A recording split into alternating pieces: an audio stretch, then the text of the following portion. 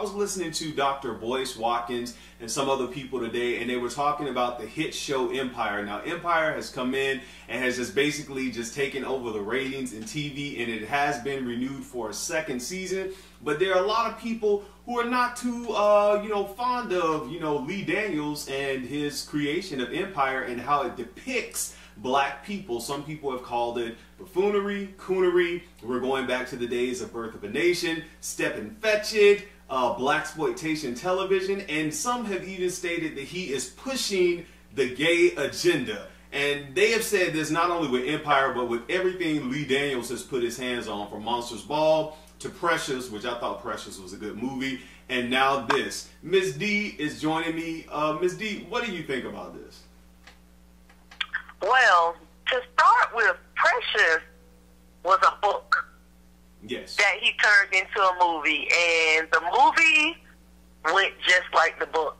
So if they have an issue with Precious, then I guess they have an issue with the author who wrote that book. Sapphire. Now, as far as Empire goes, and I've seen the concerns as we were talking about earlier, Dawson, and, I just feel that it's a TV series and it is fiction, just like other TV series are on TV, like Power, the hit show that 50 Cent helped produce. I don't hear people up in arms about that. I mean, he has his right as an artist, as a creative director, to work in the branch of artistry that he chooses to. Exactly.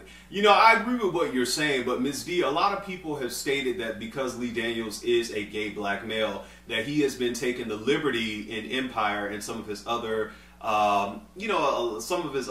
projects, especially Empire, I must say, to really focus on, to knock homophobia out of the black community, or just to bring up the issues in the black community. And some people have almost even said that he's almost like, beating this over the black community head, basically from some of the things that he may have experienced himself as a black gay man growing up, and that he's depicting that, in his movies and things like that. Right. And of course, like we discussed earlier, you are definitely going to see real life situations, leak into fiction movies. But, I like Empire, and honestly, I think the way he is portraying that particular character on Empire is in a positive way. It points out real issues that black people have with gay members of their family. Correct. Listen, no matter how homophobic the black community may be, that does not erase the fact that there are gay people in the black community, okay? And I could see if he put this flamboyant character on television that, was snapping and rolling the neck. He really, in my honest opinion, does a very good job in painting a positive image of something a young black gay male would go through being raised in a black family with certain male stereotypes. Gotcha. But then there are the other characters on Empire who kind of fit into what some were saying blaxploitation television, with Lucius and some of the other characters as well, who don't really fit what some black, and it's mostly the ones who are like the moral police, are saying this is the image we want of black people on television, and it's a lot of them out there. They're stating that, he should do more of that. He has a responsibility to show black people in the best light. And to me, I think you take away a person's artistic license from an actor, from a producer or director or anyone, when you tell them that they should do this because you feel it's okay. Even though I do think that sometimes, because things are portrayed in the media, people who don't have relationships with black people, Hispanic people, or Asian people, they tend to take the things they see on television, and some may think that, all black people or that certain demographic are that way. Of course. And if that's what people are picking up from watching the show Empire, unfortunately, we don't have a pill for stupidity. Listen, I see dumb acting white people on TV all the time. Sure. I have nothing against white people. I mean, have you ever watched America's Dumbest, which is full of real-life videos of a majority of white people doing some of the silliest and craziest stuff that you've ever seen, and this is real. Correct. Does that paint my image of the whole white community because I've watched this reality TV show? It's not even fiction. It's reality. It's really happening. I mean, listen, you're going to always have a level of ignorance in the world, but I'm like this when it comes to the creative power of film directors. And I don't know why people have jumped on Empire so much, because I didn't hear that outrage for power. I don't quite get it myself. But Ms. D, don't you think anytime, especially within with black people, anytime something is successful or someone is successful and they have just peaked there, and maybe people have, you know, thought, man, I never thought it would be like that for a black person or for a black, you know, production company or for this person. The crab in the bucket mentality is always there. So you have people who want you to represent, but at the same time, when you are a person who is a director or an actor or a singer or a rapper or whatever, and you have things that you want to talk about that may not be, you know, acceptable to the masses, I mean, should you, you know, basically lower your artistic standards to please everybody because other people may get offended? And I think that's where it comes in, and especially when you're dealing with film. Okay, film is fiction. It's just like if you read a fictional book. Mm-hmm.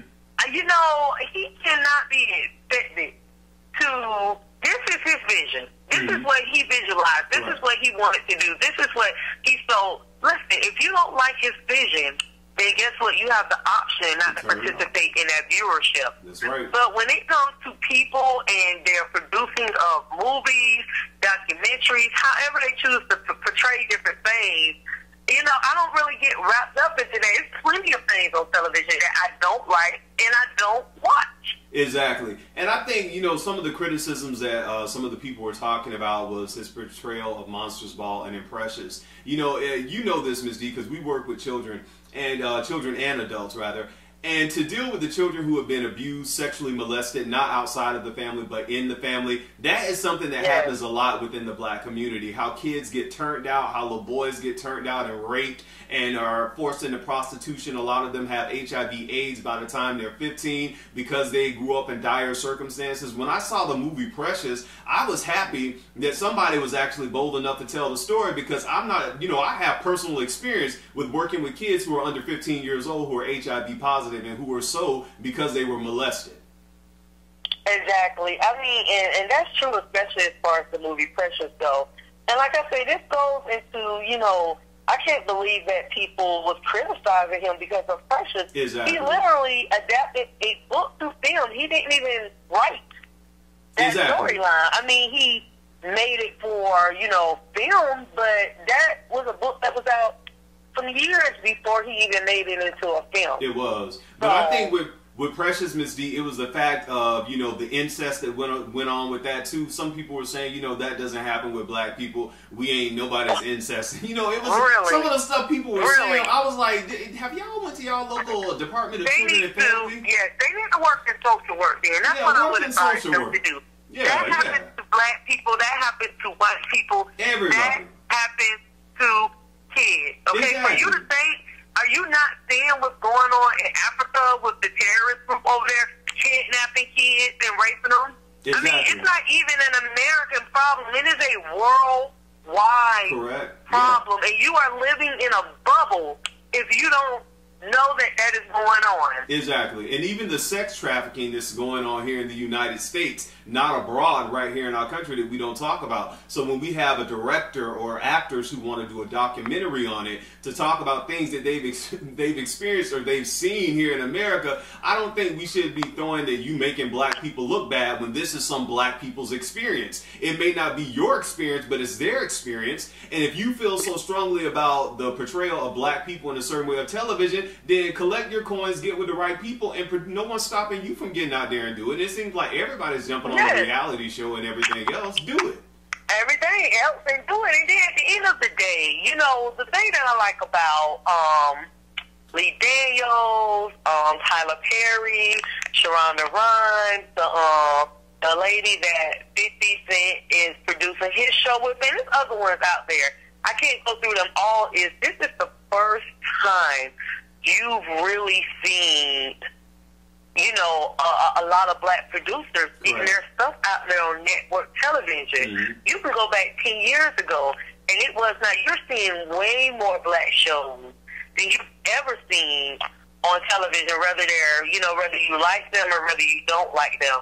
You know, I remember the time they would only let us have one black show at a time. One black show. You know, the Cosby. Yeah. Okay, once Cosby went out of air, well, maybe y'all can get, you know, Fresh Prince. Once that went off, well, I guess we'll give, you know, now you have a whole multitude of different type of black shows that is actually produced by black people. Yeah, you're right. And I think that is really, really good. For the movie and film industry, I really, really do think it's great. It is great. It's great, and I think what people are saying to what Dr. Boyce Watkins' point was is that I think really they want to see multiplicity. Not only do we want to see the families like Empire, what happened in Precious, but there also should be held in high esteem the families that aren't dysfunctional, and I don't know which family that is, but have other issues as well. And I think they just get on him because, you know, the Bible-thumping Christian church, you know, he's pushing the gay agenda. He's doing this. But, I mean, one of the, and I hate saying this. God, I hate saying this. But, you know, I'm going to say it. You know, we love Tyler Perry. Tyler Perry doing his thing, man. Big ups to Tyler Perry. But when we talk about a person who has made multi-millions of dollars for dressing up like a woman and the black church supports him royally, I mean, come on, that's an oxymoron, man. I'm like, you're pushing this gay agenda, you know, I mean, make up your mind, man. Yeah, I'm one of those people that I am not a big Tyler Perry fan. Not to say he's not putting good stuff out there. I'm definitely, you know, he's Tyler Perry. I mean, I think Tyler Perry came on the map and made white Hollywood look and say, wow. Definitely. Made him stand up and say, wow, yeah. Yes, and he helped get the own network up and running. Yep. With his show that he has over there on Oprah's network. Exactly. So definitely, but I would love to see, because I will say one thing that I will have to agree with you on that we were talking about earlier, Dawson, is that you don't really see white men dressed up like women. The only man that comes to mind is probably Robin Williams. Is it Robin Williams? Yeah. With Nick Doubtfire. But you do see a lot of our black comedians and stuff